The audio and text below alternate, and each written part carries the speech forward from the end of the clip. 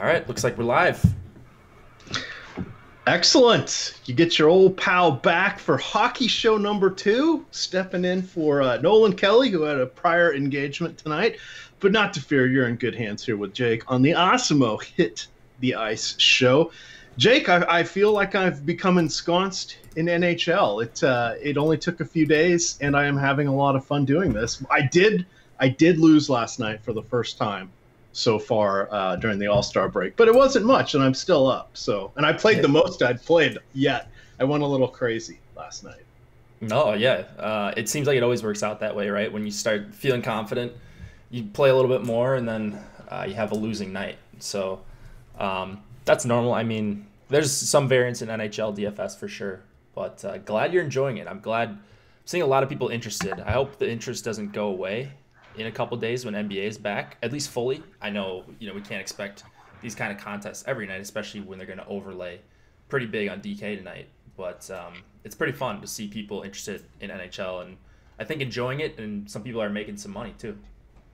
It's definitely been a fun time. I saw a few notable names for a while up at the top of the big $5 contest last night on DraftKings. Sure. So Who was up there? Manny was up in Manny first for a while. Yeah. JMB Wings fan is John Britt. Sure. I worked with him at RG back in the day. We were actually both at the first ever RG party in Vegas before any of this started. Sponsored by Daily Joust. Throwing it back. Yeah. Yeah, we went to a dinner. That site picked up the dinner tab, and then I'll never forget that Sunday sitting there, standing next to Jason Robbins, the CEO and one of the key founders of DraftKings, as they were heavily overlaying, because this was the first time they had done anything. And then by heavily overlaying, I mean it was like a $50,000 GPP, $5 entry, and next to us, Head Chopper was on his phone, just entering lineups the whole time. Back when things were innocent. Yeah, a little different these days. Indeed.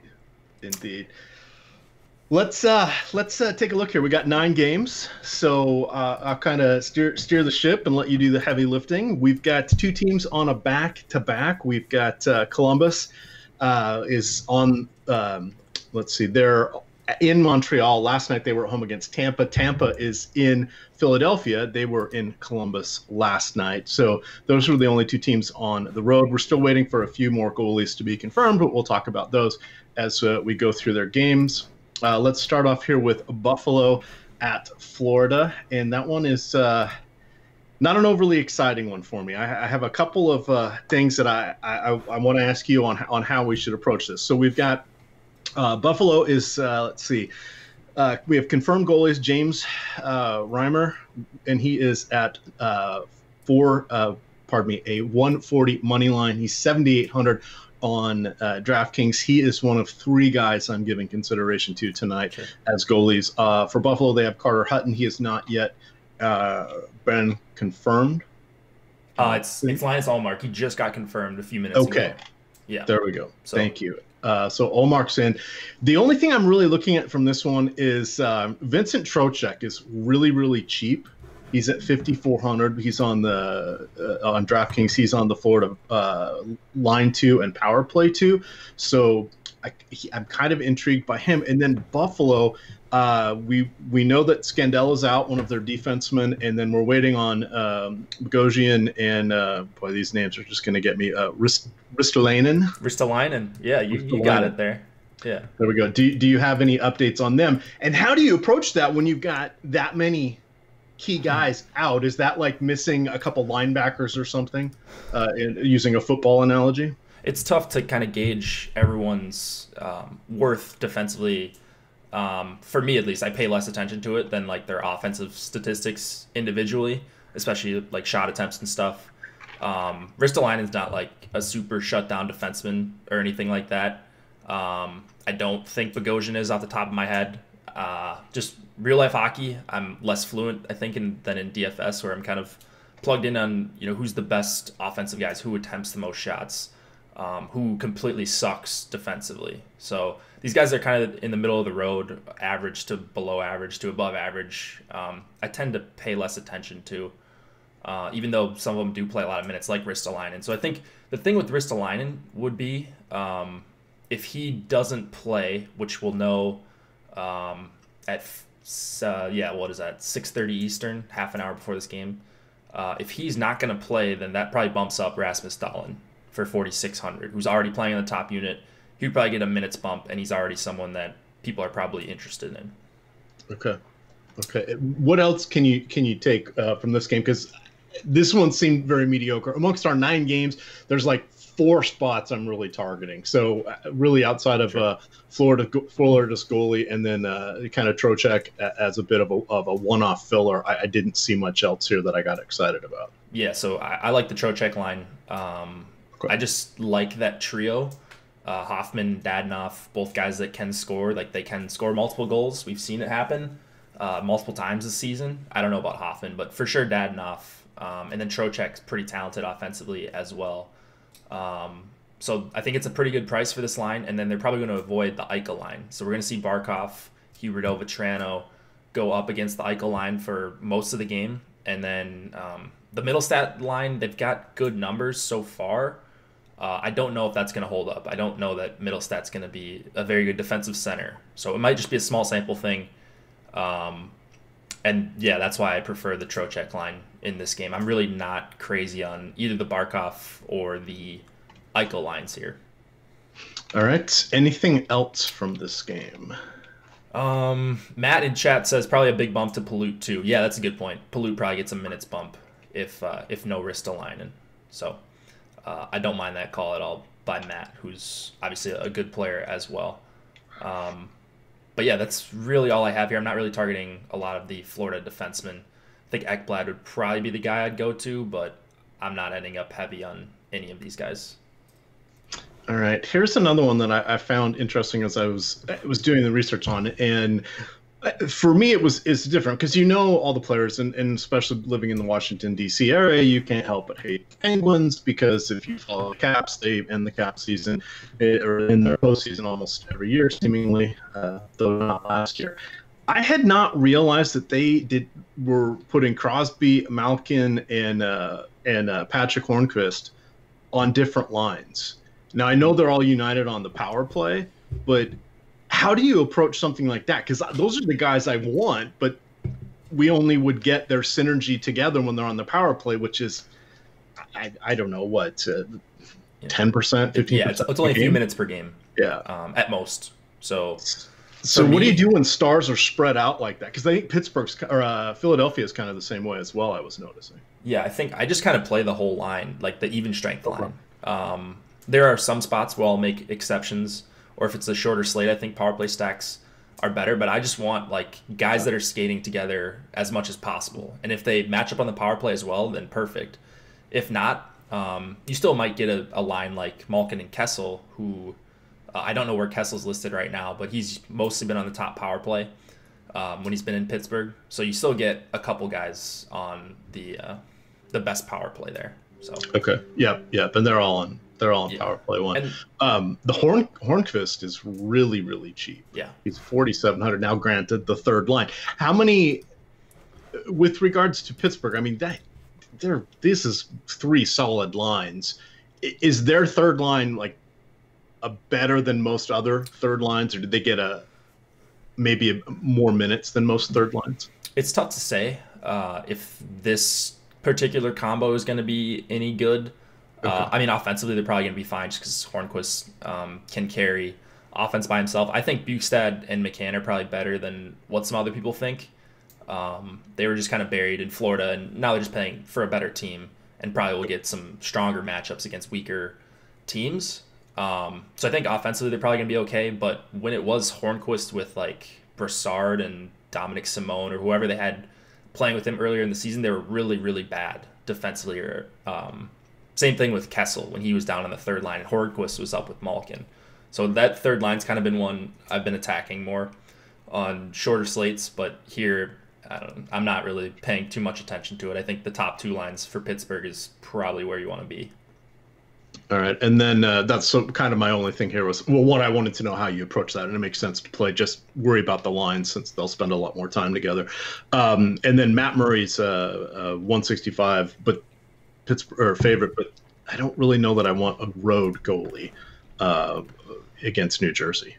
So yeah, if this was maybe a better team, or if the Devils had Hall, I'd maybe, like, oddly enough, probably be more interested in Matt Murray, just because I think the volume would be safer. I don't know how much the Devils are going to be able to generate as far as like shot attempts wise, and that's always concerning when you've got a goalie this expensive. You either want him to be a huge favorite, and I would want him to be at home, or you want him to have the chance at a huge game without getting the shutout. So for Murray here, I'm not sure that either of those things are the case. You see the 3 total against him for a Devils team that isn't that great offensively with no Taylor Hall. So for me, I'm trying to get away from Murray. I don't think I have much of him at all, and I'm probably gonna. And that makes sense because we've got. I mean, not to bury the lead, but Dubnyk's going to be on everybody's mind when we get there. But there's a couple other goalies I like better than Murray. And Dubnyk chalk, like you said, we'll get to it, but like he's my highest exposed goalie as well. But I'm not making a major stand on him based on where I think his ownership's going to be. Because that's someone who, even if you don't play NHL DFS, like you can figure out a home goalie with a 2.3 implied total against him. Like everyone's going to be able to figure that out. But he's also been really bad too. So dude, he got his ass. Gave up 5 goals in the last game when many of us were playing him. So yeah. So I mean, he's been really, really shaky this last 2 weeks to a month. So he's really streaky, even for goalies who are notoriously streaky. All right. Anything else from this one, or shall we cruise on to our next game? Yeah, just quickly, I prefer the Malkin line. Gonna have more exposure to them. The Crosby line is probably gonna get Zajac, Wood, and Palmieri. There's not a big sample on them, but Zajac and Wood have been pretty good together. Blake Coleman's returning here. I wanted to like this Hischier, Johansson, Jesper Bratt line, but there's just not enough firepower, and Hischier's all of a sudden 6K for some reason. So it would be a really deep MME play for me to play this Devils top line, or I guess it's considered the top line. But yeah, and then the Zajac line, they're just going to get a tough matchup against Crosby, so I'd rather avoid. And it's mostly going to be about Malkin here, and then Letang, I think, might be the highest owned defenseman on the slate, but it's pretty well warranted. All right, let's look at the Lightning and the Flyers here. We've got, we're still waiting on Dominique to see if he is going to play for the Lightning. They are on the back-to-back. We've got Carter Hart confirmed for Philadelphia. This one is more or less a pick'em. Let me scroll down here for my notes. So we've got, I had the line was kind of off for a while on this one, maybe because they didn't have a goalie, but it is 135 road favorites. But we're still waiting for the Tampa Bay goalie. The guys I really, really like in this one are going to be Tampa Bay 1 and Tampa Bay 2. Again, we saw just how good, Kucherov is. We know Stamkos is amazing. Point, what's his name? I'm blanking. Braden Point? Yeah.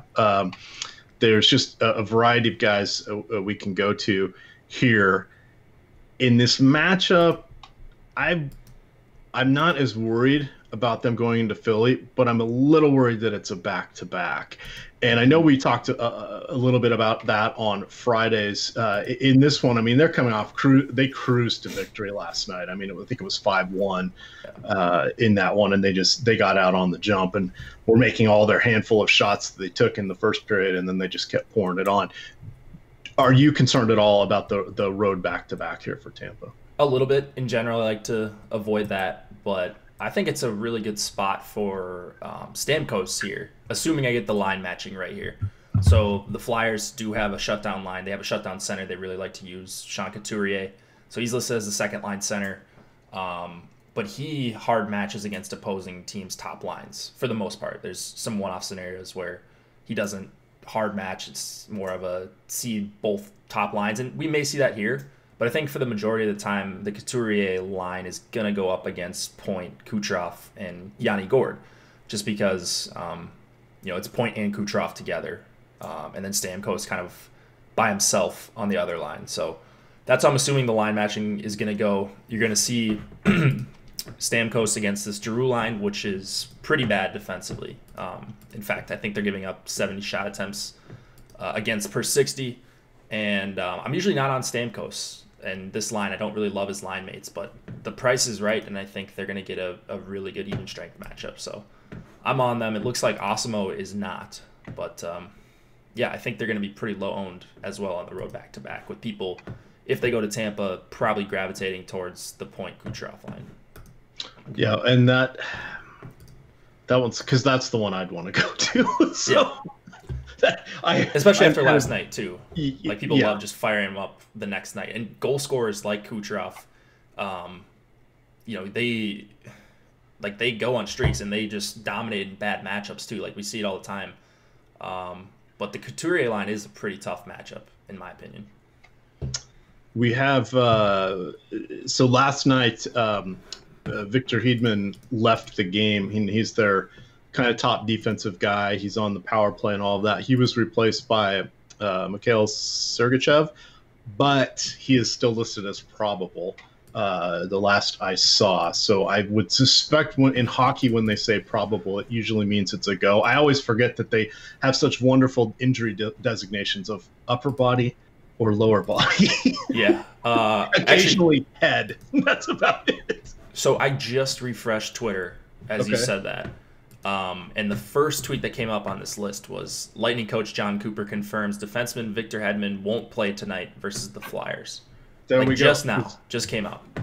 Thank you, Fantasy Gods. I feel like Laffy during basketball when that stuff works out for you. Okay, so do we assume it's a plug and play like it was last night, where it's just his role is going to be replaced by Mikhail there?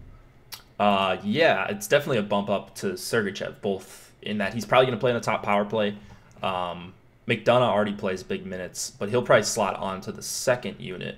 And it's probably going to make Tampa a little more popular, I think. I don't know. We've only got an hour 20 to react, but now that you can play a power play one guy at 3,400 who is somewhat of a name with Point and Kucherov, like that just makes him more affordable and probably a little bit more chalky. Yeah, well, plus he had a couple assists last night. Sergachev, yeah. So he's coming off a big game too. But yeah, it boosts McDonough and Sergachev, I think, the most. Sergachev probably going to be one of the higher owned defensemen tonight, but I think it's pretty well worth it. Anytime you can play top power play minutes on this Tampa power plays at 3,400, that's just a ridiculous price. So. And then with regards to Philly here, this is one of those other ones. I mean, I guess Giroux and Van Riemsdyk are up there together, but it just feels like their talent is kind of spread throughout their lines. So I wasn't overly excited by them. But with the backup likely to start here for Tampa Bay in goal,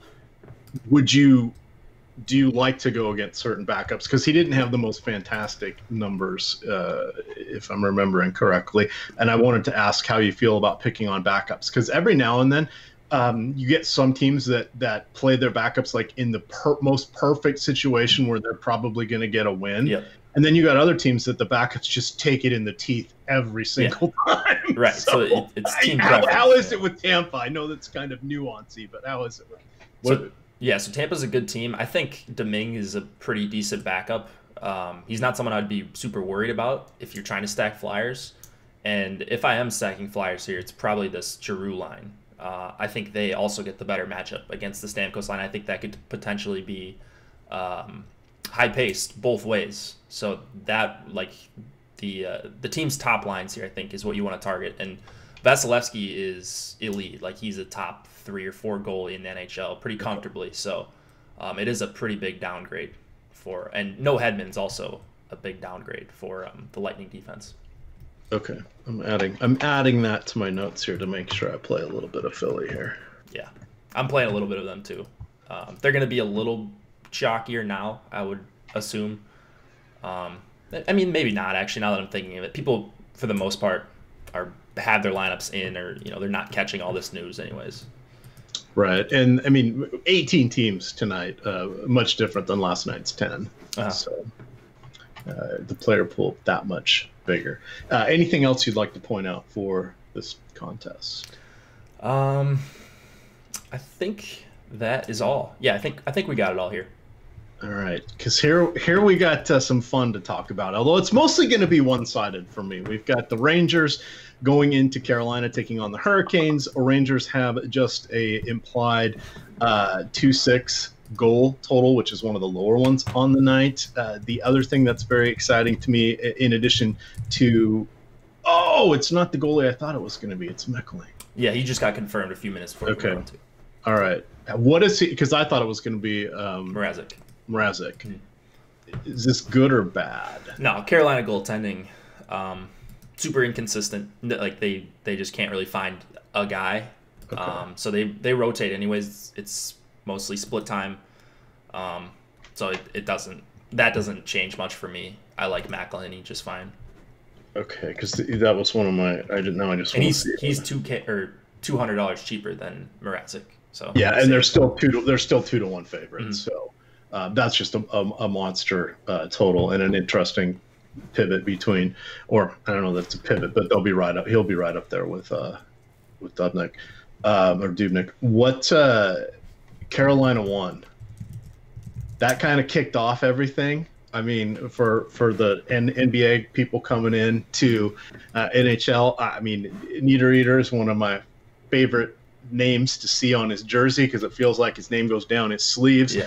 I was telling the joke about my aunt and uncle that had the cat named Aho, and it's Aho, but it makes me laugh. And then you got plain old Williams in the mix there. But I really like Carolina won tonight. Yeah. Lundqvist has been around for freaking ever. He's not as good as he once was. It seems like the Rangers just always end up with ass goaltending between him and Montoya. It's like they throw these big money contracts and then the players get hurt or just suck or whatever it is, catastrophic injuries. But I'm really looking at Carolina won and their goalie tonight.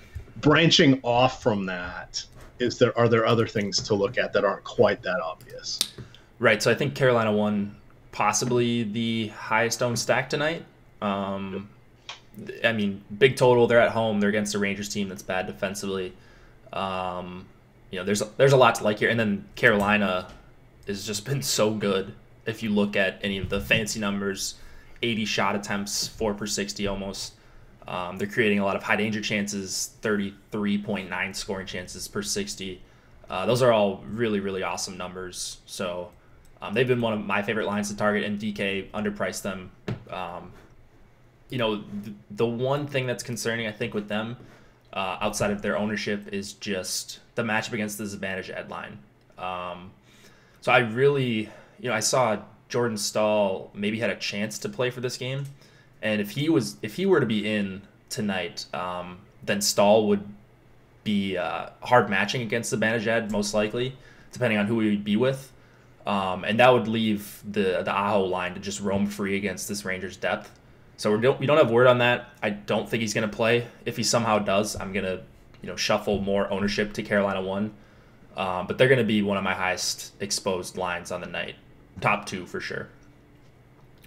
All right, chat's having fun at my expense, as you should. The pronunciation of names, Jake, I don't have to say them out loud when I'm just doing my analysis and making my teams. No, let it fly. The chat loves it. Yeah, well, I'm doing my best effort here. But yeah, and I get all the New York teams. Mm-hmm. I always forget. There's so many teams. I mean, between the Islanders, the Rangers, the Devils, they all blend in my mind because I don't follow those teams in particular. So yes, Montoya. Sorry, wrong team there. But anyway, back on this one, kind of wrapping it up. What do you do when you get a goalie that's going to be as popular tonight as McElhinney will be, or as Dubnyk?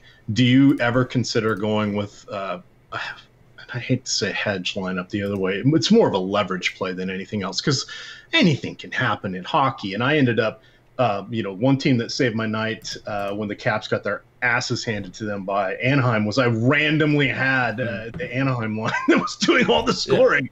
And I'm a Caps fan. I was watching the game. I was getting mad. And then I went look at the computer. I'm like, oh, well, that entry carried my night. So thank you, Fantasy Cruncher, for just putting them in there for me without being biased. So, but what do you ever look to intentionally say, God, the herd's going this way, I want to go after them, or Dubnik's he's in a slump, I want to double down by not only not playing him, but I want to take something against him, or is it too hard to do that in NHL? No, I think that's an okay strategy, especially when the ownership gets to a point where, like you're getting a huge edge on the field if not only the stack goes off against him, but that goalie is dead, the chalk goalie. So usually he doesn't get over like 20% depending on the tournament. Higher stakes, they'll get near 30 sometimes if there's a really obvious spot for goalie and it's just kind of a bad goalie night overall. Here for the Rangers, if I was going heavily against Carolina here, which I don't really love. Carolina's a really good possession team. And then, like I said, this Aho line is just really, really good, just dominant with the puck. So I think there's a good chance this advantage ed line's in their own zone quite a bit. Carolina, one, is just run over everyone. But, like, I would want to take, like, a New York one against Carolina and against McElhinney if I was doing that. The problem is I just don't think it's a good matchup for New York Rangers one. Okay, and that's important because, I mean, it's like you have to get – Ben Rosa says this all the time on his show. You got to get right twice. Yeah. Not only do you need the goalie to have a bad game, but then you need to pick the players that are going to do it against him. And if they're in a bad matchup, that just increases the level of difficulty and decreases the likelihood of it. So I think the more realistic thing, too, and, I just said Carolina's a pretty good possession team. They do a good job limiting shots. I think, the reason you'd fade McElhinney is just because of lack of volume. You could talk yourself into doing it pretty easy like I just did. Their best line is going to be possibly in their own zone a lot. They're just not going to have a lot of shots if they score once or twice and only put up 23 or 24 shots. McElhinney's not going to matter tonight. There's going to be a goalie that scores probably double digits tonight. And short of a shutout, I don't know that McElhinney's going to be able to do that. Okay. That makes a fair amount of sense there. Are you ready for the next matchup? I just want to talk about defensemen quick. I just love Dougie Hamilton and Justin Falk here. Both two of my favorite defensemen, especially Hamilton as a one-off. He's got the PP2 tag, but I think you're okay playing him with Carolina 1. But just as a one-off, he's going to be one of my higher exposed guys. These Carolina secondary lines are also fine. The third one is grading out as a pretty good value for me, so I actually agree with Osmo there on the pretty good value grades. They're just so cheap, and you got Svechnikov there, who we like playing. The second line, probably the worst value, but they're also going to get a good matchup against the Hayes line. So lots of like on Carolina's side. All right. Chat says I should take a shot every time I mispronounce a name. No, we got to keep you alive for the rest of the show. Yeah, for public safety, I've got to go pick up my wife at the airport at 11 o'clock tonight. Exactly. No shots for me. No beers, no nothing. Perfect. Yeah. Let's see here. Let's get back to this one. So the next one we got is Columbia. Columbia, good God. Now I can't even get the cities right. Jeez Louise. Columbus, the Blue Jackets, they are the other team on a back-to-back. They were home last night. They are on the road in Montreal, taking on Les Habs tonight. We do not have either goalie confirmed, though we do believe it is going to be Bobrovsky and Carey Price. We have the Canadians are minus 130 money line favorites. This game I did not have anything from. Now, Carey Price, fun story, is on all three of my season-long hockey teams. He's my goalie, so inherently I like him, I guess. Wow. But this is, what was that, Jake? Sorry. 3 season-long teams? That's crazy.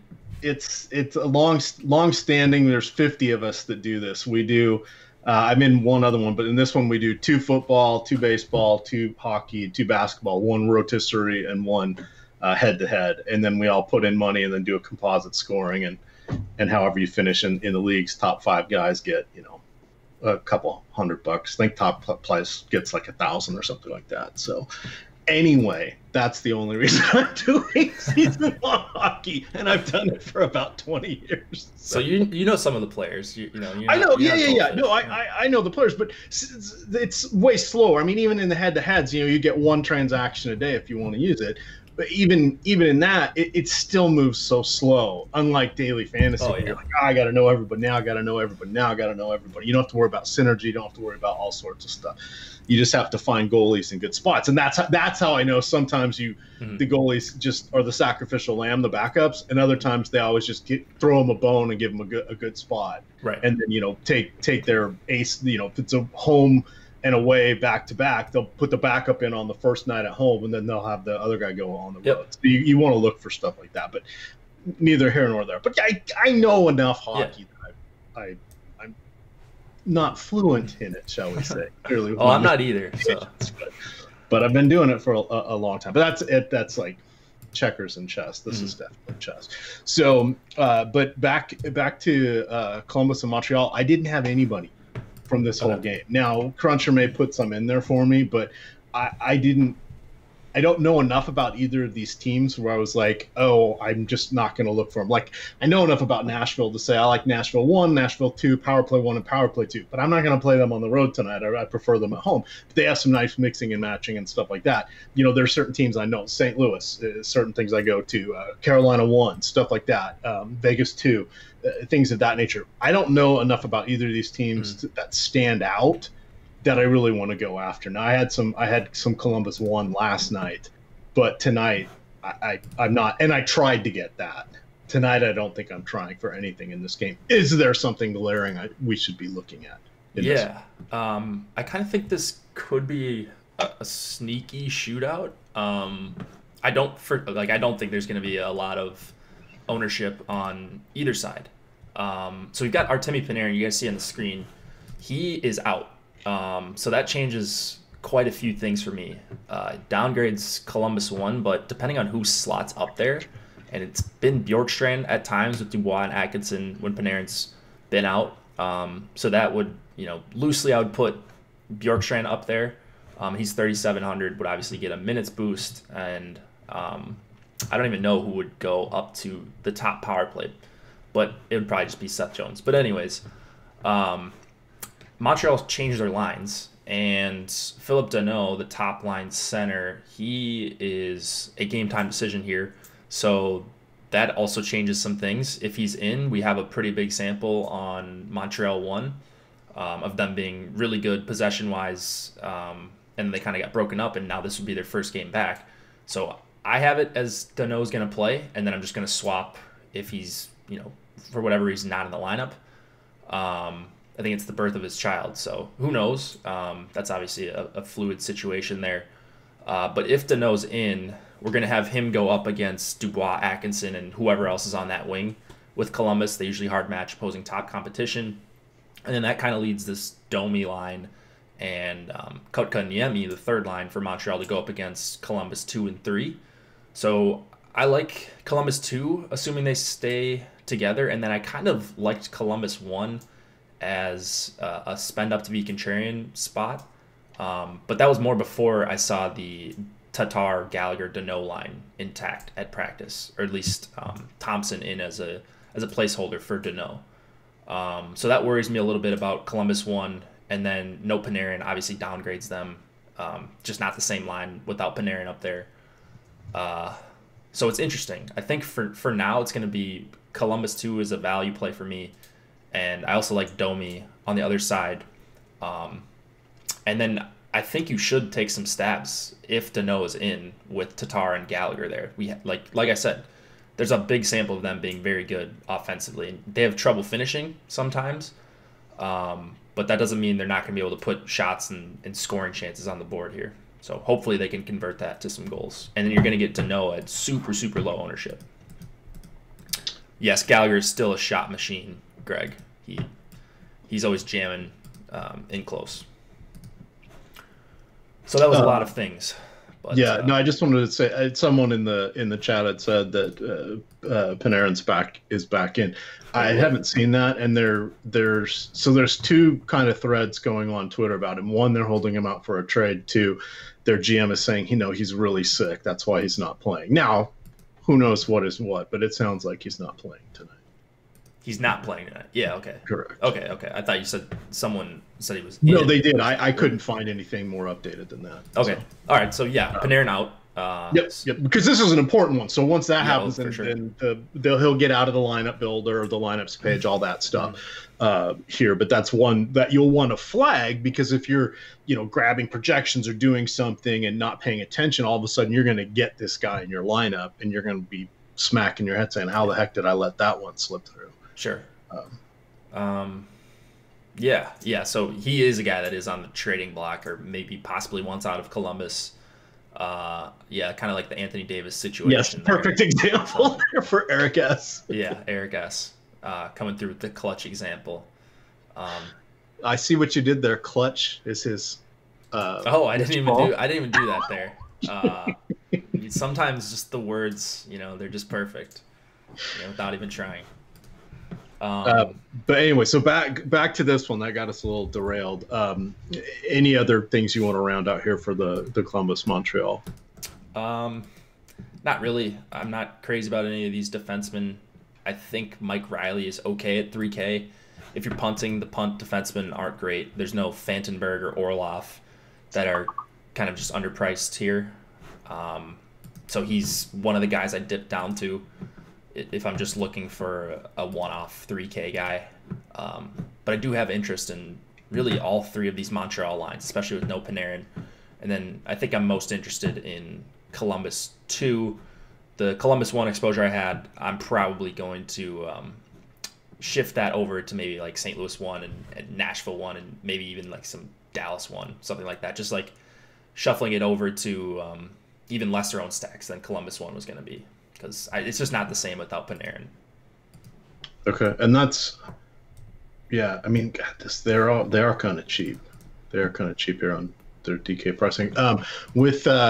It's funny about Bob Roski, because he was one of the first guys. Like when I started playing daily fantasy hockey, he for whatever reason was mispriced when he first came up with Philadelphia, and he went on a nice little run, and it was just like, if you didn't have him, you were losing, because it allowed you to get all these other players. So for like 2 weeks, he was just a phenomenal play. That was a long time ago. I'm afraid to go look at his player card and find out that was 6 years ago or whatever it was. But anyway, all right, moving along here, because we do have to keep one eye on the clock. We've got an hour until lock.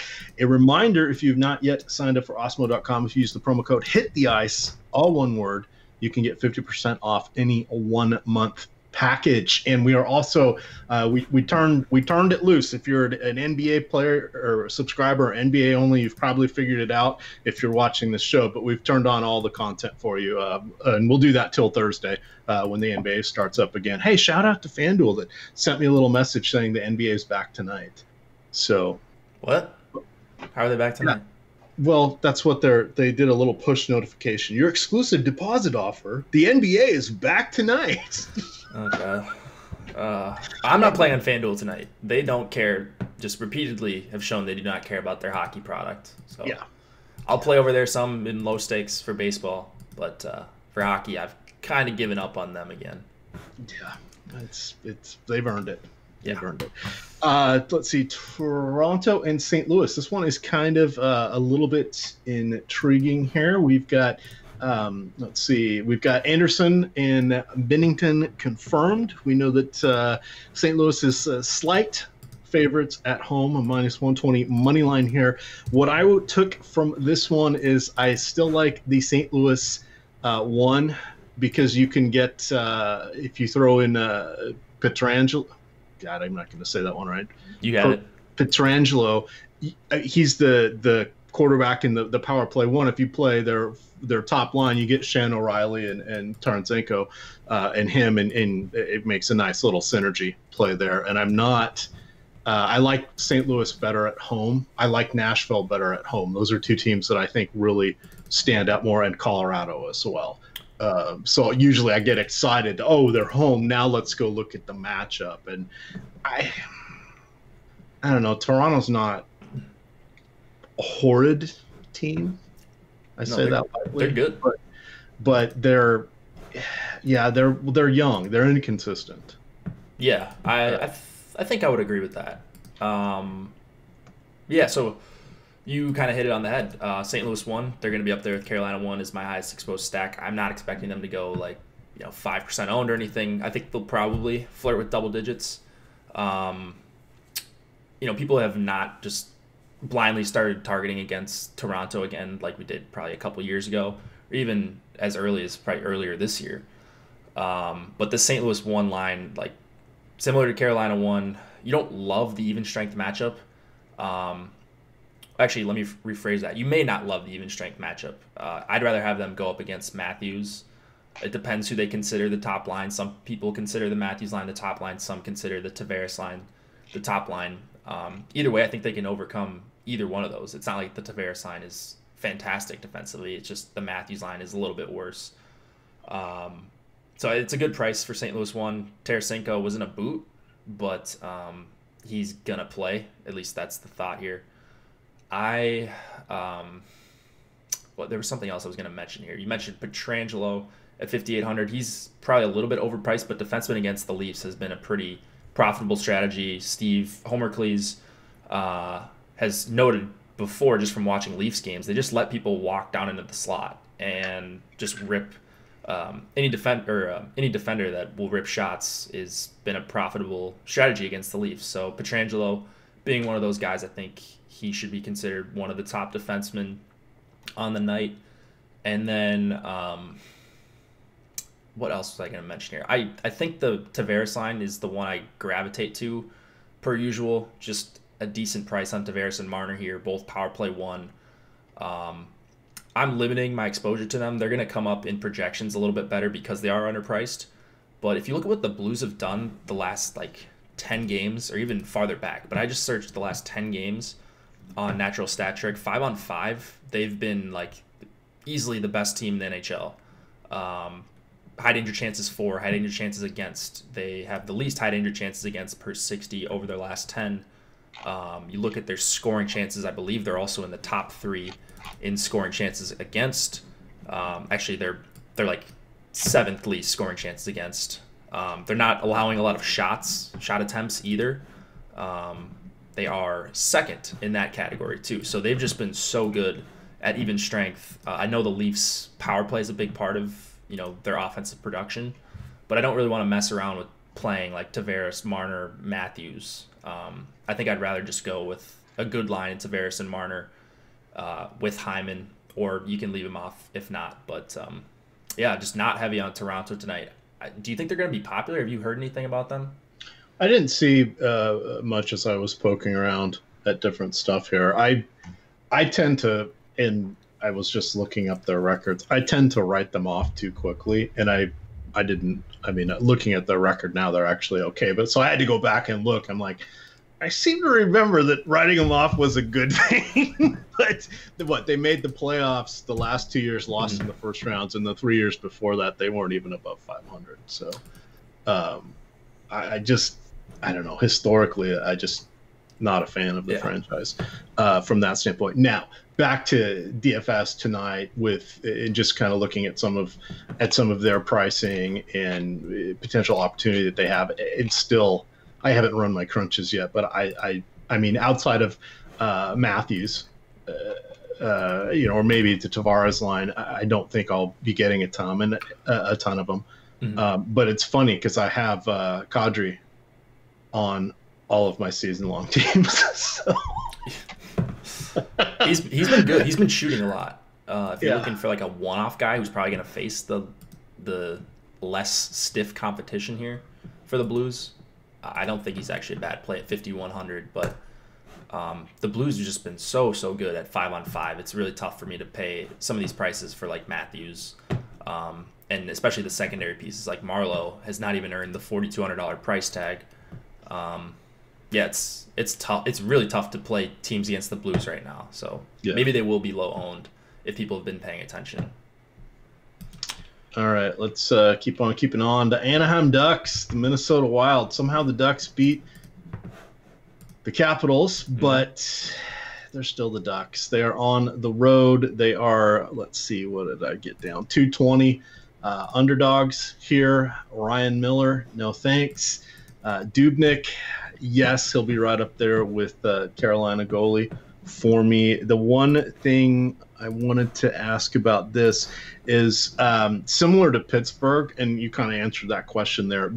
Minnesota kind of has their talent spread out a little bit more. So, I mean, as you mentioned, it makes sense that just focus on that, the even strength lines, because there's so little time on the power play by comparison.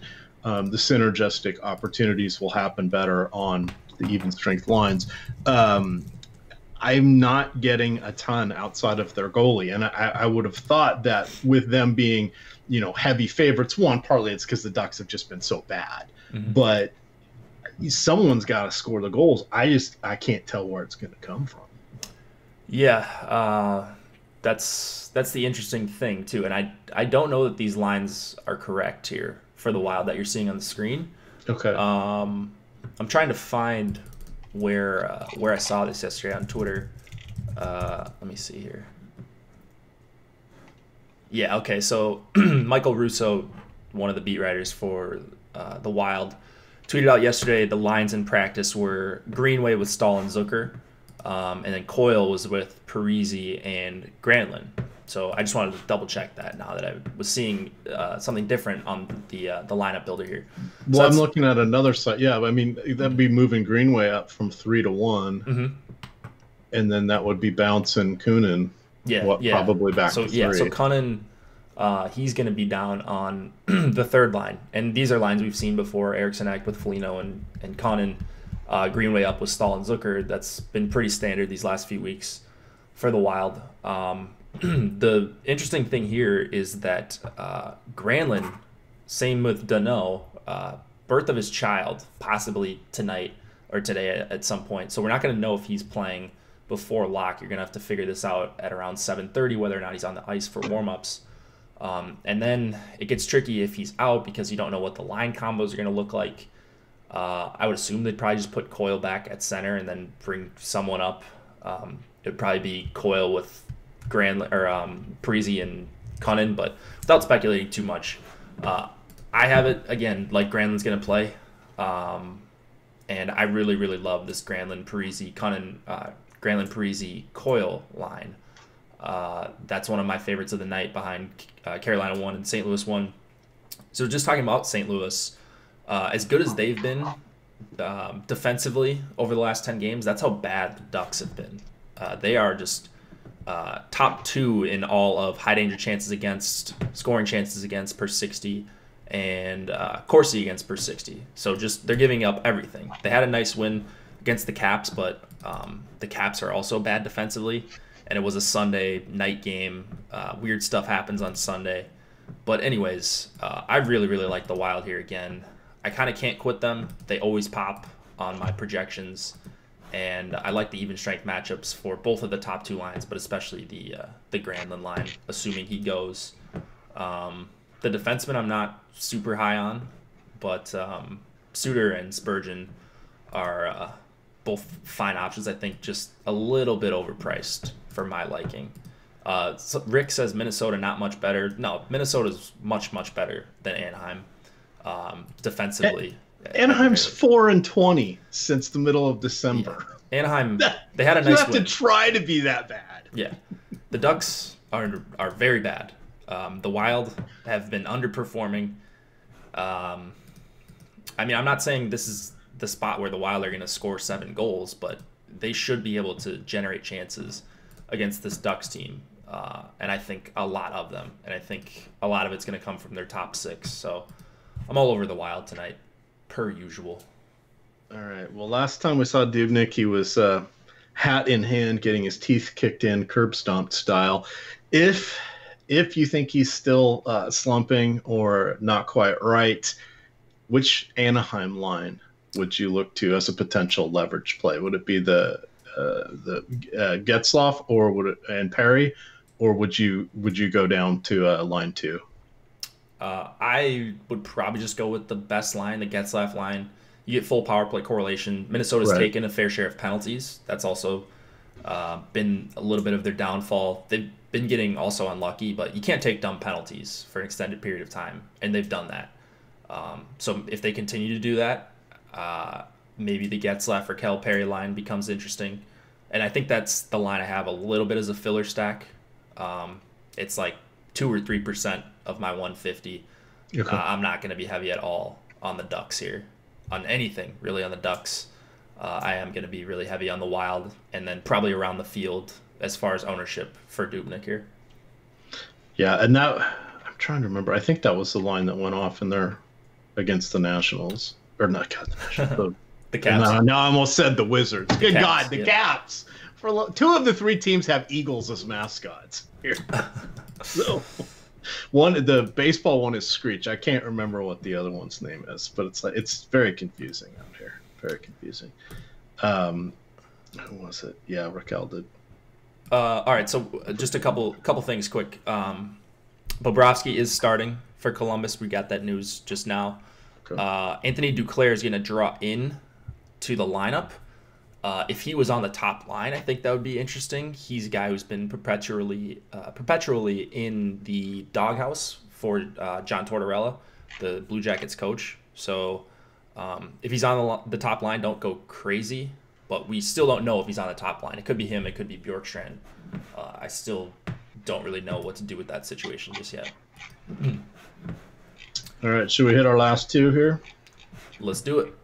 We've got the Nashville Predators at the Dallas Stars. This was listed as a pick'em when I saw it. We don't have the confirmed goalie yet for the Pred, but it's Khudobin there for, I hope I got that one right, for Dallas. And I don't want either part of any of these guys behind in the net. As I mentioned earlier, I like Nashville 1 and 2, and their power plays 1 and 2, but I'm on the fence. It's a pretty low scoring game here, and they're on the road. On the flip side, though, I like Jamie Benn. Of course, I like Tyler Superman, but they're not on the same line. Yeah, Jake, they're not on the same line. Actually, unless you go power play 1 again, that's just fool's gold. But and I think that might be the way to attack it here with Dallas. Nashville, worst defensive team on the road. They're so good at home. Closer to average on the road, so still not bad at all. Dallas has kind of been our kryptonite in chat, especially mine. I play a lot of them. They pop sort of like Minnesota as of late, but especially Seguin and Radulov. So as long as those 2 guys are together and they're priced like this, I'm okay taking some shots. And then the thing about the Stars is whenever they're in a close game, which they are in quite a few close games outside of that Tampa Bay debacle, Ben almost always gets some time with Seguin and Radulov. So I think there's a good chance you see that tonight at even strength. He's 5K, so if you just want to replace Ben with Hintz and throw a few lineups in on Fantasy Cruncher, I think that's an okay strategy as well, because even if they don't play together, which I think they will at some point, you still get them all on the top power play together. All right. Are you doing anything with Nashville? I forced in some Nashville 1. So they're okay. I did not get their projection wise, but I'll save a few lineups at the end to see if I like my lineups, I like my exposures, and then I'll crunch out like a few more lineups of a stack that I think is just going to go super under-owned. And that, for me, is Nashville 1. Like, they have some absurd numbers along the lines of Carolina 1 and St. Louis 1. And I've got them projected below them in raw points, and that's why I'm not getting to them in Cruncher. But still, like, 80 shot attempts per 60. Like, their scoring chances are up to, what are we at here? I just lost my play. 38 scoring chances per 60. And then over 18 high danger chances per 60. So they've been one of those lines that I just want to be on while they're rolling this good. and it's not a great spot against Dallas, but they have been giving up more scoring chances lately. So I took a couple stabs at Nashville 1, and that's really about it for the forwards here. Yes, I prefer them when they're in Smashville. Yeah, 100%. But they're also owned, too, when they're in Nashville. Like, here, they're just not going to be owned. And I don't think this line should have 2 and 3% ownership, which I think we might see tonight. All right. Last. Quick. Yossi, I also like, just as a one-off guy, 6,300. I think that's an okay price. If you're not going to Letang, Yossi's going to be lower owned than Letang. So, okay. Decent pivot. Hitting the last one here, we've got the Arizona Coyotes, the Yotes, up in Edmonton taking on the Oilers. We're still waiting to hear from the confirmation for the Edmonton goalie, but we do know that Darcy Kemper is going to be in for the Yotes. Mm-hmm. We've got Edmonton at a minus 160 home favorite. The only thing I like here is I like Edmonton 1. Yeah. And that's really it. So it's tough for me. Like, I really like the spot for McDavid. I just think you can play him whenever, and he's 7,400. He's usually around 8K whenever he's at home, no matter who he's against. I am a little worried about his even strength matchup against Derek Stepan. He's not a guy I love targeting. And then special teams has been worrisome for the Oilers. The Arizona has a really good PK, not as good of late, but season long, I think they're still #1 penalty kill in the NHL. So I think McDavid himself might come in a little bit over-owned, and probably Draisaitl as well. But like, if you can stomach it and you're playing Kassian, you're going to be able to get overweight on the stack as a whole. So that's what I might do, or get around the field. Like, I'm thinking about just doing the full stack with McDavid, Draisaitl, and Kassian, and hope Kassian donks a goal, and the people that don't play him don't get rewarded, and I don't lose if I don't get crushed if McDavid goes off, which is certainly a possibility. How many people will leave Kassian off? Because, he's not on power play 1. Mm-hmm. The other 2 guys are. He's so damn cheap, though. Right. It makes sense to play him just so you can do something with your other stack line to get a cheap guy in there. But will people leave him off? We talked a little bit about this on Friday, and I was surprised. I didn't believe you. I believed you, but really looking at other teams, people don't do full line stacks. I just was flabbergasted that they don't do that. Right, so it's underutilized. So I think if you're full line stacking, you're probably already got a little bit of an edge. If you've got a portfolio of lineups, like the Osmos and Testosterone, and even myself, like I've got 150 tonight, it's going to be all full line stacks. That's, you can leave off Kassian, but that's not going to be a sneaky thing to do. Also, if you're playing Kassian, which I am probably, be aware that you've got a very good chance at a 0, and that's why people leave him off. Like, he could get moved down there. Someone mentioned Chason. I think you could play Chason for $600 more with McDavid and Draisaitl. Even if Chason doesn't get moved up to the top line, you still have the power play correlation. The issue is, though, Arizona's PK is very good, and Edmonton's not spectacular on the power play either. So kind of a lot of conflicting things there, but for me, I think I'm just going to go with the even strength matchup. I think that's one that McDavid can win, and I think people will leave off Kassian. So if Edmonton 1 goes off, I'm hoping Kassian somehow scores a goal to save me. All right, I got to look at this. One last one that they're bringing up. Holy cow, he's even cheaper on DraftKings. Line 2, they're saying, and I just laughed because Gagne. He's a guy I stream a lot. Yeah, how popular is he going to be tonight? I honestly don't know. I don't play cash, so I'm not like plugged into cash lineup construction. He's probably going to grade out as an okay value. He grades out as an okay value in my numbers, is my model. Like point per dollar. I don't know what kind of upside he has. Nugent Hopkins is a serviceable center for sure. But, Gagne's I don't know. Like, he's okay, I guess. He's not someone I want to say, like, you should just plug in for 27. I don't think it's like a free square by any means. Who knows if these Oilers lines will even stay intact.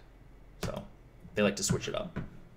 Yeah, and I realized I had flipped back to FanDuel. So McDavid not quite as expensive as what I was seeing. He's still very palatable. I was seeing him at like 8,500. I'm like, how the hell are we going to get him in our lineup? So he's only 74. Okay, I can do that.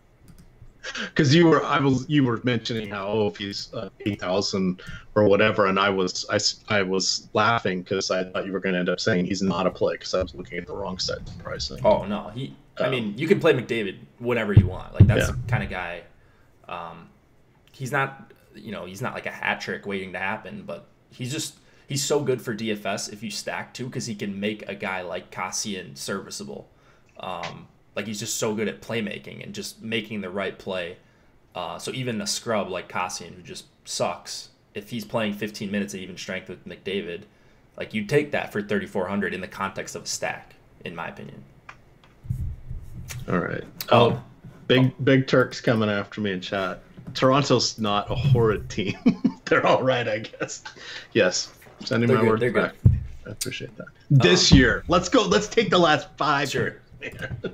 Yeah. Well, we're only talking about tonight, so it's just a matter of if they're a good team tonight. They might be horrid tonight, so you might be right. We shall see. Any other thoughts you want to throw on here as we got 35 minutes? Yeah, I think if you're going to Arizona, Richard Panik could be back in, but we don't have word on that before lock. So he would probably slot up in Lawson Krause's spot or Josh Archibald with Derek Stepan. The problem is, like I said, we're not going to have news on that. I like the Cousins line, I think, as a trio. Clayton Keller's too cheap, and Alex Galchenyuk's an okay price. Cousins playing on the power play. Arizona probably has the advantage on the power play versus the Edmonton kill. And then Ekman-Larsson, just way too cheap. I think he's the most obvious defensive play on the slate outside of Sergachev. So if you're looking for value, Ekman-Larsson, Sergachev, far above a lot of other guys. All right, I'm just looking here see if there's any overlay. It looks like FanDuel's pretty well filled. DraftKings has 5,000 more spots in their $8. They'll probably come pretty close to filling that, or actually fill it. I know fantasy draft had been running smaller contests. I think they were nervous that people weren't going to be there because they don't do the single game NBA. Same thing with Yahoo. So the first few days, I know that they were running smaller. Yeah, they're still running small contests. And meaning they've filled and they'll run version 2 and version 3 and all of that, but they're not sitting out there with a $10,000 contest on their small sites. I guess I have tickets to this $15 Fantasy Hockey World Championship, the live final. So I got to put some lineups into that, and I should be good to go. Also got to make some changes on Panarin. Had some Columbus 1 lineups crunched. So who's coming in for him? Just for anybody that was, or how are you handling that news? The Columbus site has Duclair listed on the top line. They posted like a little graphic with Duclair with Atkinson and Panarin. Like I said, Duclair is a guy who's been in the doghouse a lot. So he's a guy who literally played 1 shift a game and was benched the entire rest of the game. You don't see that a lot in the NHL. The coach and him just see differently, it seems like. So he's not safe by any means. And then for Minnesota, do you think we'll get any news on the shifting of Zucker and Coyle and all that? We will not until we'll have to wait around. Okay. Yeah. Unless, the only reason we would get news is probably one of the beats saying, okay, Granlund's wife is in labor right now. He's probably not playing tonight. So okay. Hopefully. Yeah, and I don't know where it was. They're at home. I don't know if that's where she lives in Minnesota as well. Yeah, he's Finnish maybe. I can't remember. I can't remember what he is, but who knows? So who knows where he's at? He's not. He's obviously not in Finland or whatever because there's no chance he would play. But Homer Cleese says Tort specifically said just now that Duclair is on a short leash. So They're going to monitor his minutes. That's the basketball equivalent. Tortorella is this old school guy for people that don't know.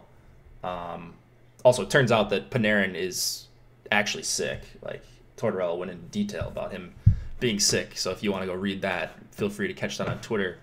And he's not being traded just yet. But Tortorella does, like, there is a doghouse for him. Like, he likes pulling that card. He likes shifting all the lines in game. So maybe the thing to probably do would just be to have a couple Columbus 1 lineups, because Duclair's not going to be owned anyways. And maybe if they start out hot and he's playing well, then you get there. I'm taking away some Columbus 1 exposure. There's no way like I can trust that. I have like 10% right now. It's going to come down to probably 5 or less. There is a good. I'm gonna drop this in chat. Bots had put this in our premium, but I'll put that in the main one. Yeah. Throw that one in the main one. That was the one I was referring to. I was kind of reading. I'm not gonna read it on air, but click on that link if you want to see a coach becoming incredibly exasperated and giving you the more details than you want to know. Right. So Omercles also says Columbus, Montreal, Minnesota are going to be painful tonight. Not if you're around your computer. So this is going to be a really good spot for late swap if you're around your computer.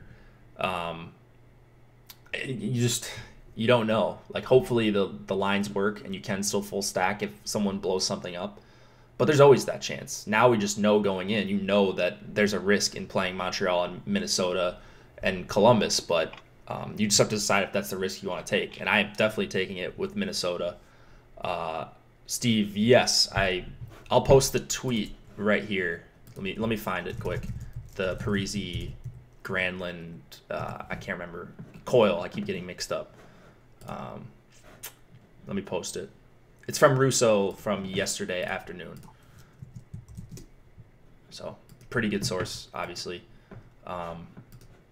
He tweeted Greenway with Stahl, and Zucker, Parisi with Coyle, and Granlund. So, that's what I have. And I'm just hoping Granlund plays, and then Minnesota 1 or whatever, the Granlund line goes off, and I win all the money, and you guys all come in second.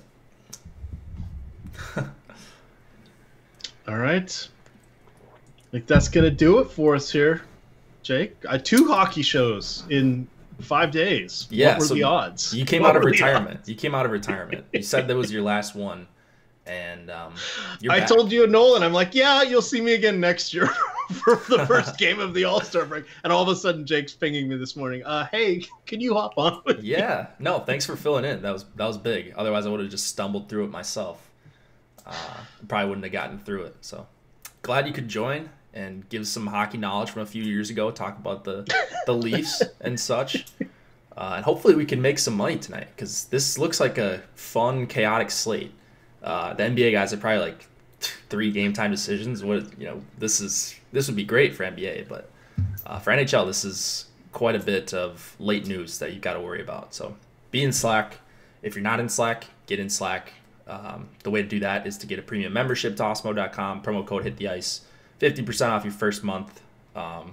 Get my projections, Osmo's rankings, premium articles from Bots, Chris, and myself, cheat sheets, all the good stuff, and then of course Slack, as I started off saying. So yeah, come hang out with us in Slack. It was key. It saved me the other night. There was not really a late scratch, but somebody wasn't playing.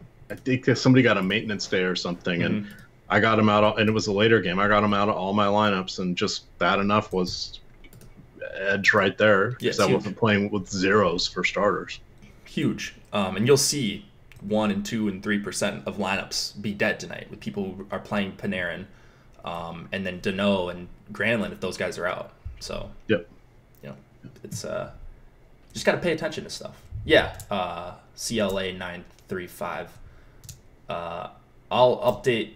It's tough to update projections and get them out in a timely manner when someone's out, but we'll update you with news, and I can kind of tell you what I think if guys are ruled out in Slack. So yeah, because it limits the choices so much. Yeah. Or pardon me, because of this stuff's going to be happening later, you're losing that many other players you could pivot to. Mm-hmm. So it's almost more important just to know how to react within this instance. Right. That was the one thing that surprised me, is because when I was going through my little scramble to fix stuff, it didn't impact me nearly as much as I thought, but there wasn't many things I could do different because there was only two games left on this that hadn't locked at that point. So, quick, you want to say who's the best play in goal tonight? For me, I'm taking the chalky guys. I'm taking Dubnyk. I like McElhinney. I think if you are trying to get kind of away from the field, Binnington is a good option. He's been red hot. And then Khudobin. So I'm playing some Nashville one, but Khudobin's too cheap, and I don't think he's that big of a drop-off. And I think a lot of sharp people also agree that Khudobin is not a big drop-off from Bishop. So 7K, home, slight dog. I think it is a winnable game for Dallas there. Yeah, the only other guy I was kind of considering is Murray, for Pittsburgh, but he's on. It's a road game. All right, looks like that's good. Do you want me to close it out here? Get us on out of here. I got some lineups to crunch. All right, yeah. I think I'm probably going to have to re-crunch here pretty quick. But thanks for joining, Smash that guys. like button, viewers. Smash that like Give a button. thumbs up for EMAC if you want EMAC to join more shows, which, of course, we do. So give him a thumbs up. He would appreciate that. I would appreciate that. Helps us continue to do this for free. Pay attention to late news. It can be a huge potential edge. So thanks for joining, and let's win the money tonight.